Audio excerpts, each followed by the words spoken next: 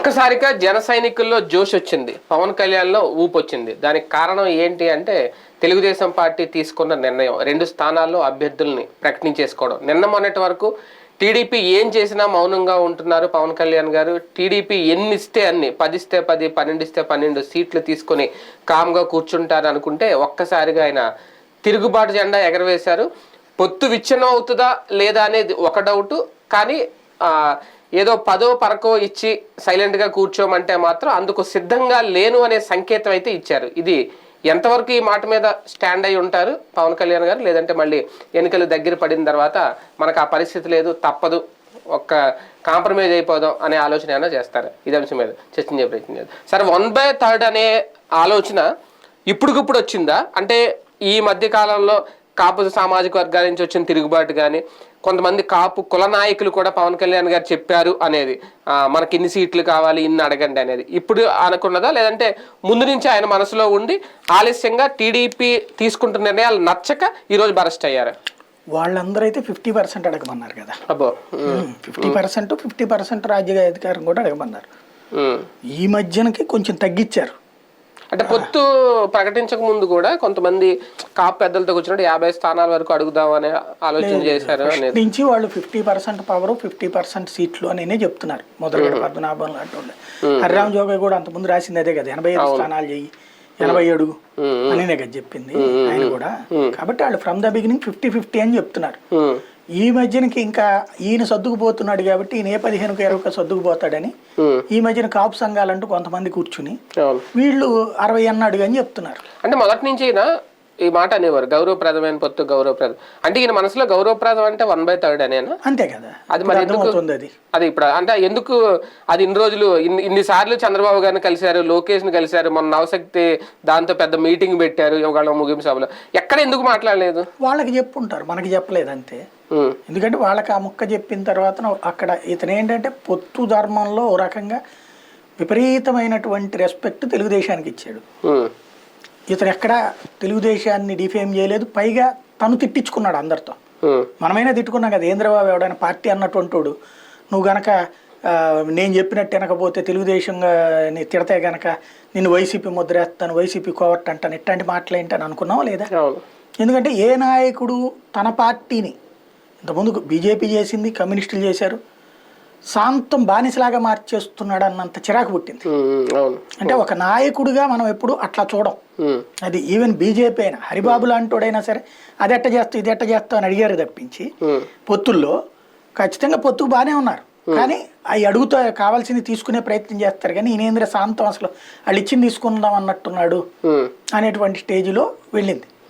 కాకపోతే ఈయన బయటకంటే పొత్తు ధర్మాన్ని కిందన అట్లాంటి పరిస్థితి రాకుండా వాళ్ళ దగ్గర మాత్రం అది చెప్తున్నాడు అన్న విషయం ఇప్పుడు బయటపడుతోంది. అంటే పొత్తు విషయంలో కాకపోయినా టీడీపీని విపరీతంగా ప్రేమించేయడం కూడా తెలుగుదేశం పార్టీకి ఒక అలుసు అయ్యిందా? అందుకే వాళ్ళు 2 సీట్లు ప్రకటించేసుకోవడం ఈయన చెప్పకుండా. అంటే తెలుగుదేశం ఇక్కడ అలుసు కాదు, వాళ్ళ యాటిట్యూడ్ ఏంటంటే బయట నుంచి పొత్తు కోసం వచ్చేటటువంటి వాళ్ళు మనకు ఒక 10 మార్కులు, అంటే మనకే 25 మార్కులు 30 మార్కులు వచ్చేస్తాయి. బయట నుంచి వచ్చేవాడి వల్ల ఒక 5 మార్కులు మనం పాస్ మార్క్ లెక్కనైతే, వీళ్ళకే పాస్ మార్క్ వచ్చేసేటట్టయితే కనుక అసలు ఇంకొక పొత్తుని గురించి ఆలోచించరు. వీళ్ళకి పాస్ మార్క్కి ఎదురుగుండా వాడో పక్కనోడో కాపీ కోసం 2 బిట్లు చూపెట్టాలి కదా, అట్లాంటి వాళ్ళ కింద చూస్తారు. కమ్యూనిస్టులనైనా, బీజేపీనైనా, జనసేనైనా ఆ రూట్లో చూసేటప్పుడు ఏమవుతుంది, అందులో ఈయన పదే నేను సపోర్ట్ చేస్తున్నాను ఇవన్నీ మాట్లాడతారు, వాళ్ళకు ధైర్యం వచ్చేసి. అంటే ఈయన ముందు జుట్టు ఇచ్చేసారు వాళ్ళకి, వాళ్ళు అట్లా ఫీల్ అయ్యారు, ఈయన జుట్టు ఇచ్చాడు అన్నటువంటి ఫీల్ అయ్యేసి ఏముంది మనం ఇస్తే తీసుకుంటాడులే. ఇంకోటి వాళ్ళ ధైర్యం ఏంటంటే పవన్ కళ్యాణ్ అభ్యర్థులను ఎవరు లేరు అతని దగ్గర. వాళ్ళే చెప్పారు కదా, 10-15 కోట్ల రూపాయలు ఖర్చు పెట్టాలి, మినిమం 10-15 కోట్లు, మాక్సిమం 25-50 కోట్లు ఖర్చు పెట్టాలి. ఎందుకంటే జగన్ 50 కోట్ల దాకా ఖర్చు పెడతాడు నియోజకవర్గాన్ని. ఇక్కడ మనం మినిమం ఆ రేంజ్ లో ఖర్చు పెట్టాలా. అలా ఖర్చు పెట్టి కనీసం 10-15 వేల ఓట్లు సొంతగా ఒక వ్యక్తి సంపాదించుకునే వాడినే నువ్వు తీసుకునిరా మేము ఇస్తామన్నారు. నువ్వు ఇతను అంతాడు అడిగితే వాళ్ళు అడిగింది అది తీసుకురమ్మన్నారు. ఇతను నేను చూసుకుంటానది మీరు ఇచ్చేయండి అన్నాడు. ఈ లోపు కొంతమంది వచ్చి చేరారు, టీ టైం అతను, లేకపోతే ఇప్పుడు బాలశౌరిను వాళ్ళ అబ్బాయికి అవనగడ్డ సీట్ అడుగుతున్నాడు, లేకపోతే గుంటూరు టీ సీట్ అడుగుతున్నాడు అని ఇట్లా రకరకాలు ఉన్నాయి. ఇట్లాగ వస్తున్నారు. ఇప్పుడు వస్తున్నప్పుడు ఇక తనకి వస్తుంది కదా అనుకుంటే, బలం పెరుగుతుంది కదా అనుకుంటే, ఇప్పుడు వైఎస్ఆర్ కాంగ్రెస్ పార్టీలో సీట్లు రాని వాళ్ళు చాలా మంది ఉంటున్నారు. వాళ్ళకి తెలుగుదేశం వైపుకి వెళ్దామంటే తెలుగుదేశం జనసేన అనుకోవటం వల్ల అక్కడ సీట్లు వెళ్ళిపోయి అవకాశాలు ఉండట్లే. ఇప్పుడు అదే 50-60 ఇతను కన్ఫర్మ్ చేస్తే అక్కడ సిట్టింగ్ ఎమ్మెల్యేలే నేను మీ దాంట్లోకి వచ్చేస్తానండి అని వస్తారుగా బేసిక్ గా. ఇతనికి ఏం తేల్చట్లా. ఇప్పుడు వాళ్ళందరూ వెళ్ళిపోయి ఎటు కాకుండా తేలిపోయాక అప్పుడు ఈయనకి సీట్లు ఇస్తే ఏం ప్రయోజనం? ఇప్పుడు యాక్చువల్ గా గనక ఈ అనౌన్స్మెంట్ ఒక 15-20 రోజుల క్రితమే తెలుగుదేశం పార్టీ డిసెంబర్లో అన్నారు. డిసెంబర్లోనే గనక మేనిఫెస్టో ప్రకటించేసి ఈ పార్టీకి ప్రచారంలో ఉండాలి. నలుగురు 4 వైపులా వీళ్ళిద్దరు 4 వైపులా ప్రచారాలకు వెళ్ళాలి. అలాంటిది మేనిఫెస్టోలోనూ వీళ్ళది పెట్టల. వాళ్ళ బాబు గ్యారంటీ బాబు వారంటీ అంటేదో ఊరంతా పోస్టర్లు పెట్టుకుని తిరుగుతున్నారు. వాళ్ళ ప్రకటించుకుంటున్నారు. వాళ్ళు ఆల్రెడీ ఇంతకుముందు కొంతమంది ప్రకటించారు. లోకేష్ పాదయాత్ర ప్రకటించాడు కదా కొన్ని. ఈయన వచ్చి మళ్ళీ మొన్న 2 ప్రకటించాడు. దీంతో ఇక్కడ ఇతని మీద ప్రెషర్ పెరిగిపోయింది. మండపేట తర్వాత విపరీతమైన ప్రెషర్ పెరిగిపోయింది. ఎందుకంటే వీళ్ళకి మంచి స్ట్రాంగ్ ఉన్నది తెలుగుదేశం పార్టీ కంటే కూడా వీళ్ళకి ఎక్కువ ఉన్నది గోదావరి జిల్లా. ఆ గోదావరి జిల్లాలో అందులో కాపు సామాజిక వర్గం చాలా బలంగా ఫీల్ అయ్యేది. ఎవరి మీద శత్రుత్వం వాళ్ళకే ఎక్కువగా ఉండేది కమ్మ సామాజిక. మండపేట వచ్చేట్టు కమ్మ సామాజిక వర్గానికి సంబంధించిన ఎమ్మెల్యే. తెలుగుదేశం ఏమంటది, మా సిట్టింగ్ ఎమ్మెల్యే 3 సార్లు గెలిచాడు, మొన్నటి కష్టాల్లో కూడా గెలిచాడు కాబట్టి అతన్ని పక్కన పెట్టమంటది. అట్టగా నువ్వు మాకెందుకు ఇవ్వంటారు వాళ్ళు. గుంటూరు టు మండపేట లాంటి మేము ఇవ్వమంటది. ఈ 2 చోట్ల కాపులు బాగా డామినేటెడ్ ఉన్నారు కాబట్టి మాకు కావాల్సింది అంటుంది జనసేన. అక్కడ వీళ్ళకి దెబ్బ కొట్టడం కోసం ఆయన అనౌన్స్ చేశాడు చంద్రబాబు గారు, ఎత్తేసాడు. ఆ ఎత్తు కారణంగా అక్కడ ఉన్నటువంటి వాళ్ళు ఇప్పుడు తూర్పు పశ్చిమ గోదావరి వాళ్ళందరూ ఒక్కటయ్యి జనసేన వాళ్ళు ఇతని మీద ప్రెషర్ తెచ్చారు. ఏంది మీరు ఇట్లా చేసేస్తే కనుక రేపు పొద్దున్న ప్రతి చోట అప్పుడే సోషల్ మీడియాలో ఆ రోజు బాగా వచ్చినాయి పోస్టులు, మండపేట ఎట్లయినా వచ్చేస్తాడు పొత్తులేగండి. మళ్ళీ వాళ్ళని ఎవరినో కొంచెం కంట్రోల్ చేసినట్టున్నారు. 3-4 రోజులు నడిచినాయి. అయితే తెలుగుదేశం వాళ్ళు ఎవరు స్పందించలేదు అనుకోండి. అప్పుడు వీళ్ళు మాత్రం స్పందించారు. తర్వాత పార్టీ అధిష్టానం చెప్పినట్టుంది ఆగిపోయారు. ఇక పవన్ కళ్యాణ్ తన వైఖరి ఏంటో చెప్పాల్సిన టైం వచ్చింది. ఇప్పుడు చెప్పాడు, వంతాడు కావాలా అన్నిట్లలో అంటే అర్థం ఏంటి? పవర్ షేరింగ్ లోను వంతాడు కావాలా, ఎంపీల్లోనూ వంతాడు కావాలా, రేపు జరగబోయేటువంటి స్థానిక ఎన్నికల్లోనూ ఎమ్మెల్సీలతో సహా వంతాడు కావాలి. తెలుగుదేశం అందుకు ఒప్పుకుంటుందా లేదా? ఒక రకంగా పవన్ కళ్యాణ్ గారు ఈ డిమాండ్ తీసుకురావడం ఇప్పుడు అది పెద్దగా తప్పు అయితే అనిపించట్లేదు. కానీ ఒకసారి తెలుగుదేశం పార్టీ గురించి విశ్లేషించుకుంటే పొత్తులో ఉండి 1 సీట్ అయినా 2 సీట్లైనా ఎటువంటి సంప్రదింపులు జరపకుండా అనౌన్స్ చేశాడు. ఎంతవరకు కరెక్ట్? అది కూడా గోదావరి జిల్లాలో లేదంటే ఉత్తరాంధ్రలో ఇద్దరికీ పట్టుంది కాబట్టి భయపడి ఈ అనౌన్స్మెంట్ ముందుగా ప్రకటనలు అనేది ఏమన్నా టీడీపీ చేయాలని అనుకుందా? అందుకని చేసింది. తెలుగుదేశం మొదటి నుంచి కూడా మిత్రపక్షాలకి ఎక్కడ పట్టు ఉంటుందో అవి ముందు తను లాగేసుకుంటుంది. మిత్రపక్షాలకి పట్టున్నటువంటి సీట్లను తను లాగేసుకుంటుంది. ఇప్పుడు ఫర్ ఎగ్జాంపుల్ తెలుగుదేశం పార్టీ భారతీయ జనతా పార్టీ పొత్తుంది. గతంలో 2014లో విజయవాడ సెంట్రల్ ముందు బోండా ఉపాధి అనౌన్స్ చేసేసింది తెలుగుదేశం. కానీ భారతీయ జనతా పార్టీకి పట్టున్న సీట్ ఏది? విజయవాడ సెంట్రల్ గెలిచింది గతంలో. అది ఖచ్చితంగా గెలిచే సీటు. ఎందుకు? విజయవాడ వెస్ట్ కు వచ్చేటప్పటికి ముస్లిం డామినేటెడ్ ఏరియా. అక్కడ భారతీయ జనతా పార్టీ పట్టు తక్కువ. విజయవాడ సెంటర్ లో కాపును బ్రాహ్మిన్స్ ఎక్కువ. అక్కడ గెలిచింది. కోట శ్రీనివాసరావు గెలిచాడు కదా అక్కడ తెలుగుదేశం పార్టీతో పొత్తులోనే. ఆ సీట్ అక్కడ వస్తుందన్న ఉద్దేశంతో ముందుగానే అనౌన్స్ చేసి పడేసింది బొండావమ్మ. అప్పుడు ఏం చేయాల్సి వచ్చింది? బీజేపీ వచ్చినట్టు విజయవాడ వెస్ట్ తీసుకుంది, వెల్లంపల్లి శ్రీనివాసుని పెట్టింది. అక్కడ దెబ్బతిన్నారు కదా అక్కడ. అంటే వాస్తవంగా అక్కడ కనుక విజయవాడ సెంట్రల్ అయ్యి ఉంటే ఆ రోజున తెలుగుదేశానికి ఉండేది కాదు కదా. గతంలో ఏనాడు గెలవలేదు తెలుగుదేశం. అక్కడ 83లో గెలిచింది అడుగులు జయప్రకాష్, 85లో ఓడిపోయింది. ఏది అంత హవా ఎన్టీ రామారావు గద్దె దించి జరిగినటువంటి టైంలో కూడా విజయవాడలో వెస్ట్ పోయింది, సెంట్రల్ పోయింది. అంటే అప్పుడు సెంట్రల్ కాదనుకోండి ఈస్ట్. అప్పుడే కదా రంగా గెలిచింది 85లో. అంతటి సిచ్యువేషన్ లో ఏనాడు గెలిచింది లేదు. తెలుగుదేశం సొంత గెలిచింది 83 తర్వాత మళ్ళీ 2014. అది జాగ్రత్తగా వేసిన స్కెచ్. అట్లాగే విజయవాడ వెస్ట్ ఉంది అనుకోండి, మీరు చూడండి ఓ పక్కన కమ్యూనిస్టులతో మాట్లాడుతున్నారు. సిపిఐ రోజు అసలు పాపం గొడ్డలు చించుకుని మరి ఆయన తెలుగుదేశానికి మద్దతు ఇస్తున్నాడు రామకృష్ణ గారు. వాళ్ళకి కావాల్సిన ఫస్ట్ సీటు విజయవాడ వెస్ట్. ఎందుకంటే విజయవాడ వెస్ట్ లో చూసుకుంటే ఇద్దరు గెలిచారు మొదటి నుంచి, కమ్యూనిస్టు లేకపోతే కాంగ్రెస్ ఇద్దరే. తెలుగుదేశం ఒక్క 83లో గెలిచి 85లో ఓడిపోయింది అక్కడ కూడా. ఆయన ఈయన ఎస్సీ సామాజిక వర్గానికి సంబంధించిన ఆయన గెలిచారు అక్కడ. 83లో గెలిచింది, 85లో ఓడిపోయారు. జయరాజ్ గెలిచారు అక్కడ. తర్వాత మళ్ళీ ప్రజారాజ్యం గెలిచింది తప్పించి ఏది 2009లో ఇంతవరకు వేరే వాళ్ళు గెలిచింది దాఖలా లేదు. అదే అడుగుతుంది.